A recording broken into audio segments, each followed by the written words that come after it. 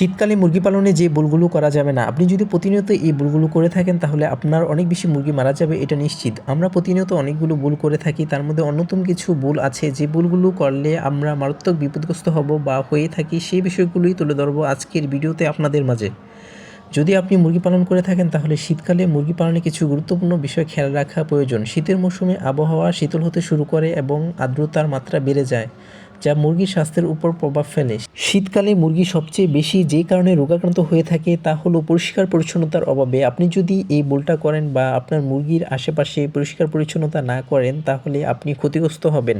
ঠান্ডা আবহাওয়ার জন্য মুরগির রোগ প্রতিরোধ ক্ষমতা কমে যায়। এখন আপনার মুরগি যেখানে থাকছে সেখানে খাচ্ছে, ঘুমাচ্ছে, সেখানে আবার মলত্যাগ করছে এবং কি চারপাশটা যদি আপনি পরিষ্কার পরিচ্ছন্ন না রাখেন তাহলে অনেক বেশি রোগে আক্রান্ত হবে। শীতকালে মুরগিকে ভাত, চাল, ধান এসব খাবার খাওয়ানো যাবে না, কারণ শীতকালে মুরগি সুস্থ থাকার জন্য অনেক বেশি ক্যালসিয়াম, প্রোটিন, খনিজ লবণ ইত্যাদি প্রয়োজন হয়, সেটা ধান, চাল, ভাত থেকে আসে না। বাজারে এখন বিভিন্ন ধরনের রেডি ফিড বিক্রয় করা হয়, সেখান থেকে ব্রয়লার স্টার্টার, সোনালি স্টার্টার বা গ্রোয়ার এই ফিডগুলো কিনে আপনি আপনার মুরগিকে শীতের এই সময়টায় খাওয়াতে পারেন। এতে মুরগি সবসময় সুস্থ থাকবে এবং কোনো রোগাক্রান্ত হবে না। শীতের সময় মুরগি সবচেয়ে বেশি মারা যায় রানীক্ষেত এবং গামুরা নামক ভাইরাসজনিত রোগগুলোর কারণে। তার জন্য মুরগিকে আগে থেকে ভ্যাকসিন করাতে হবে, তাহলে মুরগির শরীরে রোগ প্রতিরোধ ক্ষমতা বৃদ্ধি পাবে এবং মুরগিগুলো অসুস্থ হবে না। মুরগির রানীক্ষেত রোগের লক্ষণগুলোর মধ্যে রয়েছে বিষণ্ণতা, খাদ্য জল গ্রহণের পরিমাণ হ্রাস, ডিম উৎপাদন বন্ধ হয়ে যাওয়া, ডিমের খোলস নরম হয়ে যাওয়া, আরও তীব্র অবস্থা, শ্বাসকষ্ট, বমি, কাশি, হাঁচি, কম্পন, খিচুড়ি, গাড় বেঁকে যাওয়া, ডানা পড়ে যাওয়া এবং পক্ষাপাত, হলদে সবুজ তরল পায়খানা করা।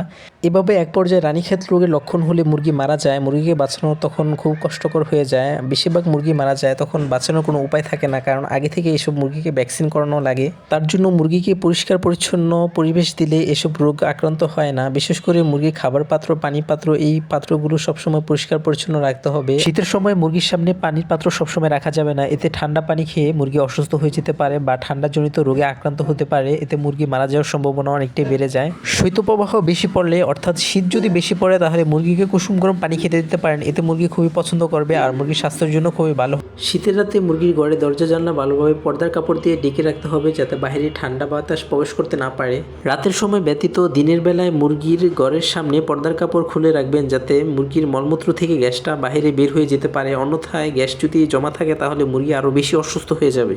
আমার মতো শহরের বারান্দা খাঁচায় অল্প পরিমাণে যারা শখ করে কিছু মুরগি পালন করেন তাদের তেমনটা কোনো প্রবলেম হবে না। তারপরেও পরিষ্কার পরিচ্ছন্ন থাকলে মুরগি অসুস্থ কম হবে, মুরগি রোগাক্রান্ত কম হবে। পরিষ্কার পরিচ্ছন্ন রাখলে সব কিছুরই রোগবালাই কম হয়। আমি 1 বছরের উপর ধরে মুরগি পালন করছি শহরের বারান্দার মধ্যে। আমার আজ পর্যন্ত একটা করে কোনো ওষুধ কিনতে হয়নি আর মুরগিকে কোনো ভ্যাকসিনও করাতে হয়নি, কারণ আমি মুরগিকে সবসময় খাবার পাত্র, পানির পাত্র এগুলো পরিষ্কার করে দিতাম আর এগুলো একদম ফ্রেশ দিতাম, যার ফলে আমার মুরগি কবুতররা বেশ সুস্থ আছে আর ইনশাল্লাহ সামনের দিনগুলোতে এরা সুস্থই থাকবে, কারণ পরিষ্কার পরিচ্ছন্ন করে রাখি আর এই যে এদের ঠিকমতো যত্ন নিলে এরা কখনোই অসুস্থ হয়ে পড়বে না। এইদিকে আমি আমার কবুতরের পাত্রের বাসস্থানটা পরিষ্কার করছিলাম, কারণ এরা খুব শীঘ্রই ডিম পারবে আর কবুতরের বাসস্থানের মধ্যে এরা মলত্যাগ করে রেখে দিয়েছে, যা আমি গিট খেতে দিয়েছিলাম, অর্থাৎ ইটের গুঁড়া খেয়ে সেখানে মাটির মতো মল করে রেখে দিয়েছে। তো সেই মলগুলো শুকিয়ে গিয়েছে, সেখান থেকে কোনো দুর্গন্ধ আসছে না, যার কারণে আমি হাত দিয়েই সেই শুকনো দলাটা উঠিয়ে ফেলেছি। না হলে আমার কবুতর যখন ডিম পারবে আর ডিমের সাথে শুকনো দলাটা লেগে গেলে ডিমটা ভেঙে যাওয়ার সম্ভাবনা থাকে, কারণ ওইটা হলো খুব শক্ত হয় কবুতরের মল যখন শুকিয়ে যায়। এদিকে আমার কবুতরের এই জোড়াটা তো ডিম নিয়ে বসে আছে আর এই জোড়াটার 2টা ডিম জমেছে, কারণ দুইবার এদের ডিম জমেনি। আর এদিকে দেখুন ওদের বাচ্চা আমি বিক্রি করে দিয়েছিলাম, তো ওরা খুব দ্রুত ডিম পারবে। আর উপরে আরেক জোড়া আছে, ওরাও খুব দ্রুত ডিম পারবে, কারণ ওদের 2 জোড়া বাচ্চা আমি একসাথে বিক্রি করে দিয়েছিলাম আর ওরা ডিম পারলে একসাথে ডিম পারবে, হয়তো 1-2 দিন আগে পর হতে পারে। এদিকে দেখুন এখানে একটা বাচ্চা ছিল 2টা ডিমের সাথে, তো সেই বাচ্চাটাকে আমি বাঁচাতে পারিনি, কারণ বাচ্চাটা মারা গিয়েছে আর বাচ্চাটার বয়স 4 থেকে 5 দিন হয়ে গিয়েছে, এখনও চোখ ফুটেনি। বাচ্চাটা খাওয়ার পর সেই মলটা ত্যাগ করেছে ডিমের সাথে, যার কারণে ডিমটা লেগে আছে।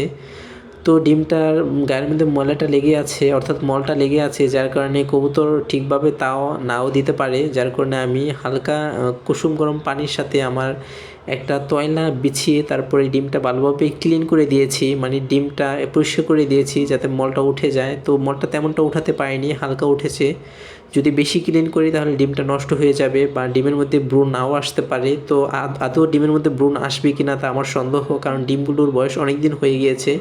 তারপর কবুতরের নিচে রেখে দিয়েছি, কবুতররা রেস্টে থাকুক। একটু পর সন্ধ্যার আজান দিবে, যার কারণে আমি সবগুলো কবুতর মুরগিকে খাবার দিয়ে দিচ্ছি, কারণ বারবার আমি এই বারান্দায় আসবো না। আর এখন অনেকটা শীত পড়ে গিয়েছে, আমার ঠান্ডা লেগেছে প্রচুর পরিমাণে, আজকে 3 দিন হবে।